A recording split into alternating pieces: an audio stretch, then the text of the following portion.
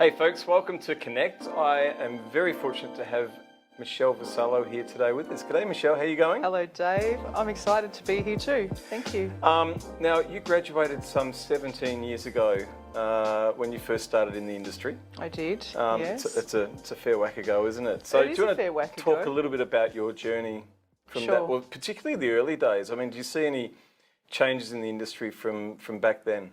Absolutely.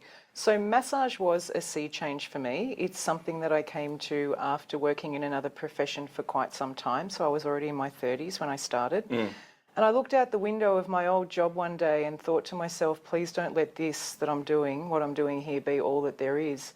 And I realised that I really wanted to do something to be of service and to help people. And so my journey had been that I'd been receiving massage for a long time because I was doing martial arts training. Okay. And I wouldn't have been able to get through my black belt grading if it wasn't for one particular massage therapist. So you had your own experiences there I did, at the time? I did. And I realised how valuable that was to me personally, as well as a sports person. So I needed to get a profession that didn't have many overheads, and I needed to be able to do something that I could study in around about a year, because I needed to take time off. I was a single mum at the time. So it had to be something that I could create or generate an income in fairly quickly.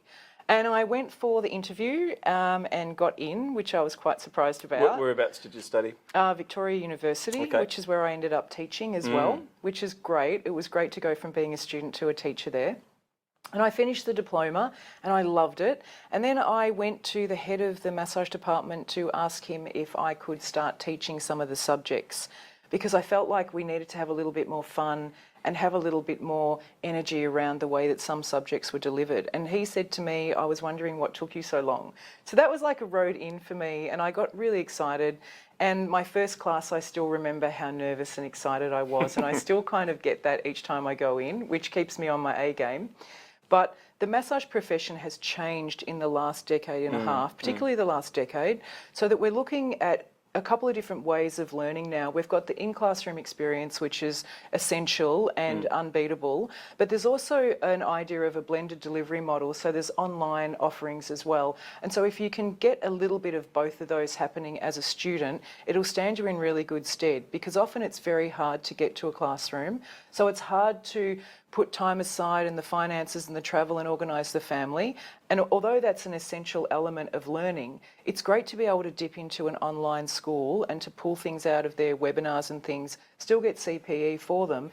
So you're referring to post-graduating students? Yeah, absolutely. So in the professional development? Absolutely, and people need professional development every year. Yeah. And so in that way, it's great because people can choose how they want to learn. So it's opened up the floor for massage therapists in terms of the variety of options they've got, and it mitigates some of the hardships of travelling for every single workshop. So the landscape's changed, and I think it's to the benefit of massage therapists and their clients worldwide.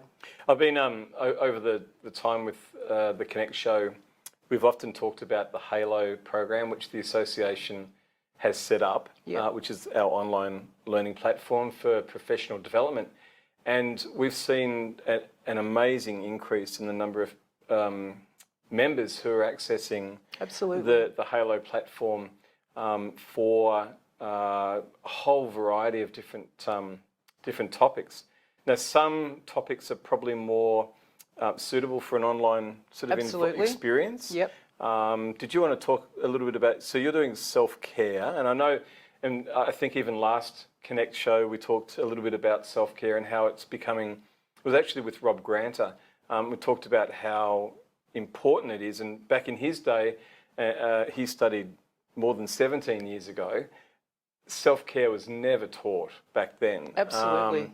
And nowadays, it seems that people are actually getting the gist of how important it is to actually look after yourself, because the average lifetime for a therapist is terrible. 2 to 5 years. Yeah. 80% attrition But hopefully with self-care becoming more of a focus for especially graduates who are just starting off in the industry, that they're able to then access that information and process it for themselves so that they're able to... Yeah, absolutely.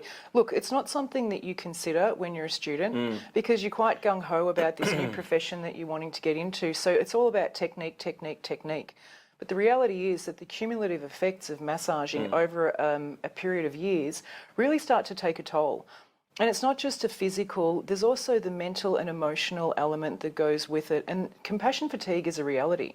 So that's another element of self-care that we never talk about. And what's interesting is I wrote the current self-care course that I've just finished back in 2005. And it wasn't really a vogue subject back then. The reason that I wrote it was because everybody in my class, bar two of us, had finished massaging after 2-3 years. And I couldn't work it out. And I thought, what am I actually doing that's different to what everyone else is doing? And I came up with a list of 8 essential elements, things that I think are really important. So I was teaching self-care in Canada before I was teaching self-care here, interestingly, because some of the best research around self-care in the world for massage therapists comes out of Canada. And you were looking, and in your course, you look beyond just technique. Absolutely. It's about health. It's about well-being. It's about you are what you eat. It's about maintaining your workspace. It's about what stretch to use when. It does focus a little bit on technique, but that's more about how you move around the table. It also focuses on what kind of training, mental, emotional and physical training are you doing to support you in this profession that you've chosen. Because the fact is that a short attrition span for massage therapists is unacceptable. We spend so much time training, putting our heart and soul into it, and like me, a lot of people come to it as a sea change. So you want to be able to find a career here that you can be comfortable in and be really good at. But if you're wearing yourself out after a couple of years, what a shame that is. You've spent so much time trying to dedicate getting you right that you want to treat your clients, but you forget that you need to look after yourself first, because you can't take care of anyone if you're not taking care of yourself. Absolutely, yeah, no, for sure. Now, Michelle.